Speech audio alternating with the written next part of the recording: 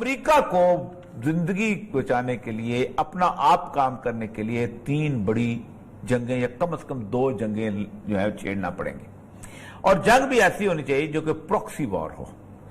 اچھا، اپنا آپ قائم کر رکھنے کے لیے، کیونکہ آپ کا اسلحہ بکے گا، ملٹری انڈسٹریل کمپلیکس۔ پھر انہوں نے 3 مختلف ملکوں کی نشاندہی کی کہ جن کی معیشت جو ہے وہ جنگ افورڈ کر سکتی ہے، ان ملکوں کے اندر اگر آپ جنگ شروع کروا دیتے ہیں تو اس کے بعد آپ کی جنگیں جو ہیں وہ اپنا چل پڑیں گی، اور پھر آپ کا اسلحہ کی فیکٹریاں لگیں گی۔ ظاہر بات ہے عام زندگی ہو تو لوہار کیا کرتا ہے؟ دراتی ٹھیک کرتا ہے، ٹھیک ہے، یا گھوڑے کا نال لگا دیتا ہے، لیکن جنگ ہو تو رات کو جاگتا ہے 8-8 10-10 تلواریں بناتا ہے۔ یہی حال ان کا تھا، تو تھیٹر چاہیے تھا۔ تو انہوں نے کہا ایک ہے بھارت کی اکانومی بڑی مضبوط ہے، پیسے آگے ہوئے ہیں، سب کچھ ہو گیا ہوا ہے، انٹرنیشنل لیول پہ ان کے کاروبار چل پڑا ہوا ہے، بہت بڑا ملک ہے، یہ پلی ہوئی گائے ہے، یہ افورڈ کر سکتا ہے۔ دوسرا انہوں نے کہا چین کی اکانومی بہت مضبوط ہو چکی ہے، اس کا بھی سب کچھ۔ تیسرا انہوں نے یہ کہا کہ ایک ہے رشیا، اور رشیا جو ہے یہ بھی ایک بہت مضبوط اکانومی اس کی بن چکی ہوئی ہے، اور اس کے ابھی انہوں نے اپنی اٹامک پیسفل ٹیکنالوجی بیچی ہے تو مختلف ملکوں، جس میں سعودی عرب کو بھی بیچی تھی، اور تیل کا بھی اس کا سب سے بڑا ذخیرہ آ گیا ہوا، تو یہ بھی ہے۔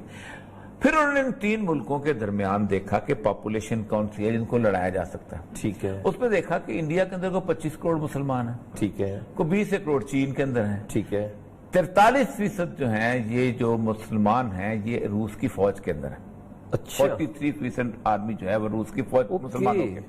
تاتارستان کا ان کا اپنا ایک بہت بڑا علاقہ ہے، پھر اس کو چچنیا ہے، گروزنی کا علاقہ ہے، سارا کچھ تو روس کے اندر بھی یہ سب کچھ۔ یعنی پروکسی وار کے لیے 3 کنٹریز تو لگا اگر تینوں کے ہاں مسلمانوں کی موومنٹ چلا دی جائیں زبردست قسم کی، ٹھیک ہے، تو یہ اتنی بڑی جنگ ہوگی جس میں مسئلہ بن جائے گا۔ اب یہاں سے ہوگا کہ یہاں سے لوگ کہاں سے جائیں، ٹھیک ہے۔ تو انہوں نے کہا کہ انڈیا، افغانستان اور پاکستان، یہ 2 علاقے ایسے ہیں کہ جہاں پر ایک جہادی نیٹ ورک بلٹ اپ کر کے اس کو امپورٹ کیا جائے۔ اچھا، 2010 کی جنوری میں انہوں نے اس کو ایز اے پالیسی لے لیا، اور 2010 میں ہیلری کلنٹن نے ایک آرٹیکل لکھا کہ ہم اگلے 10 سال کہاں گزار رہے ہیں، تو اس نے کہا تھا ہم کنٹینمنٹ آف چائنا میں گزار رہے ہیں، اور اس کا مشہور فقرہ ہے کہ the people who believe that the strength of America lies inside America are fools. Strength of America lies outside America. تو اس نے کہا تھا کنٹینمنٹ آف چائنا۔ اس کے بعد ہوا یہ کہ انہوں نے انڈیا کو اپنے ساتھ دوستی سے رات بڑھایا، اور آپ اندازہ کریں جیسے ہی وہ ہوا ویسے ہی یہ انڈیا میں TSD جو ہے تشکیل کیا گیا، جنرل VK سنگھ کا، اور اس کی جو یونٹ کی کاروائیاں ہیں اس میں انہوں نے کہا کہ 8 بم دھماکے کرائے ہیں چائنا کے اندر، اور اس کے اندر 32 آفیسر تھے، اور اس کے بعد سب سے بڑی بات یہ تھی وہ یہ تھی کرائے امریکہ نے ہے وایا انڈیا۔ یعنی آپ اندازہ کریں کہ اس نے سری نگر، جموں، احمد آباد، گوہاٹی اور بامبے میں اس نے خفیہ ٹھکانے بنائے تھے جہاں سے یہ وہ چیزیں آگے لے کے جاتے تھے، اور اس کے بعد یہ تھا کہ تقریباً جتنی بھی یہ مشینیں تھیں ساری کی ساری ہیڈ کوارٹر کی تھیں، یہ ساری کی ساری جو اس سے ان کو آگے ہمسایہ ملکوں میں، نیپال میں، بنگلہ دیش میں، چائنا میں اور پاکستان میں اس کا وہ کرتے تھے۔ اور اس نے انہوں نے کہتے ہیں کہ ایک پورا یونٹ تھا جو دریائے جہلم میں سری نگر کا نیا بنایا گیا تھا، جس کو کہتے ہیں بوچری قصاب خانہ۔ اس کا فائدہ ہوا؟ اچھا سنیں نا، کرنا تو یہ تھا نا کہ وہاں مرچ لائے جائیں۔ آپ کو پتا ہوگا کہ گزشتہ کو 8-10 سال سے ایک پورے کا پروپیگنڈا انٹرنیشنل پریس میں چل رہا ہے کہ جناب سندھ کی آنگیں مسلمان یہ ہو گئے، تباہ ہو رہے ہیں، مارا جا رہا ہے، پہلے ایک زمانے میں تبلیغیوں کو بھیجا گیا تھا، سب کچھ کیا گیا تھا، تو تاکہ وہاں پر کیونکہ اس کی وجہ یہ ہے کہ کرائسس جو ہے نا، یہ جو سب سے بڑا، یہ جو لداخ والا کرائسس ہے، یہ بڑا پرانا کرائسس ہے۔ 1842 کے اندر رنجیت سنگھ نے یہ علاقہ جب فتح کیا تو ہری سنگھ نلوا اس کا جرنیل ہوتا تھا، اس نے ہری سنگھ نلوا کو فوجیں دے کے بھیجا، جاؤ جا کے قبضہ کرو، ٹھیک ہے۔ تو ہری سنگھ نلوا سکھ بادشاہ ہوتے ہیں، خالی زمین پڑی ہوئی تھی، انہوں نے کہا ساڑی اپنی، بالکل، تو سکھ آگے جا کے وہاں پہنچ گئے 1842 کے اندر، اور انہوں نے چائنیز کو پتا چلا، اس وقت کوئنگ ڈائنیسٹی ہوتی تھی وہاں پر، تو کوئنگ ڈائنیسٹی والوں نے سکھوں کو مارا پکایا، یہاں تک کہ جو وادی لے ہے، سکھوں کو مار پڑی، وادی لے تک وہ پہنچ گئے، ٹھیک ہے، داخل ہو گئے۔ اور وادی لے وہ جگہ ہے جو پاکستان کے لیے بہت امپورٹنٹ ہے اس وقت، تو انڈیا کے اور چائنا کے اوپر اصل وہاں پر، وہیں سے آپ کا دریائے سندھ نکلتا ہے، وہیں سے آپ کے کاشغر کا دریا نکلتا ہے، وہیں سے لداخ کے سراؤنڈنگ کی بات کر رہے ہیں، لداخ کے سراؤنڈنگ، ٹھیک ہے۔ تو 1842 کے بعد ہوا یہ کہ وہاں ایک موومنٹ چلی مسلمانوں کی، ٹھیک ہے، اور انہوں نے ایک عزت بیگ ایک ہوتا تھا بہت بڑا لیڈر مسلمانوں کا, اس نے یہ پورا علاقہ ہیرو ہے ادھر کا وہ, انہوں نے پورا علاقہ علیحدہ کروا لیا. ٹھیک ہے, پورا علاقہ ٹھیک ہے, چائنیز کا پورا علاقہ علیحدہ کر کے وہ چین کا علاقہ ہی نہیں رہا. ٹھیک ہے. تو وہ ظاہر بات ہے یہ پورا علاقہ بے آباد ہے. تو یہاں پر جب انگریزوں نے شکست دی رنجیت سنگھ کو, تو انہوں نے کہا جدھر جدھر تک رنجیت سنگھ تھا ادھر تک انگریز ہے. ٹھیک ہے. تو انہوں نے اس علاقے کو جب, کیونکہ برطانیہ کرتا تھا کہ جب اس کی حکومت بنتی تھی وہ ایک میپ جاری کرتا تھا سروے آف انڈیا کا. ٹھیک ہے. تو انہوں نے ایک جانسنز لائن بنا دی وہاں جا کے, جانسنز ایک ڈپٹی کمشنر تھا وہاں گیا, اس نے کہا یہ ساڑھے بیچ میں سے لائن کھینچی جو لائن کھینچ سیدھی کے لائن بالکل. تو لائن بنا کے کہا کہ یہ جانسنز لائن ہے, وہ نقشے میں چھپ گئی. اب چائنیز کا وہاں کوئی انفلوئنس نہیں تھا, وہاں مسلمانوں کا علاقہ بنا ہوا تھا, وہ لڑائیاں لڑ رہے تھے, سب کچھ ہو رہا تھا. وہ 1919-20 تک وہ سارا کچھ ہوا, وہ واپس آ گئے, چائنیز کی چانگ کا شیخ وغیرہ کی حکومت بن گئی, یہ سب کچھ ہوتا رہا. جانسن لائن کو اتنا نوٹ بھی نہیں کیا, کسی نے نوٹ نہیں کیا, کسی نے نوٹ کیا, دنیا میں چھپتا رہا. ٹھیک ہے. 1948 میں جس وقت ماؤ زے تونگ نے اپنا حکومت سنبھالی تو ان کو پتا چلا کہ یہ جو ایک لائن بھی ہے, ٹھیک ہے, ٹھیک ہے, تو انہوں نے کہا کہ اس لائن کی ایسی کی تیسی اس چلتے انہوں نے اس علاقے کے اندر اپنی روڈ بنانی شروع کر دی. کیونکہ یہ وہ روڈ ہے جو آگے آ کے چائنا سے جہاں آ کے اب ملتی ہے, اور کہاں آ کے ملتی ہے آپ کی سی پیک والی روڈ, کراکرم ہائی وے کو. ٹھیک ہے. اور یہ 1959 تک یہ 9 سال 10 سال روڈ بنتی رہی, اور اتنا بے آباد علاقہ تھا کہ چائنا کو, انڈیا کو بالکل پتہ ہی نہیں چلا کہ یہاں کوئی موومنٹ ہو رہی ہے. 1959 میں نہرو نے آ کے پنگا شنگا لینا شروع کیا, اور نہرو نے ایک تو یہ اعلان کیا کہ لداخ جو ہے یہ کشمیر کا حصہ ہے.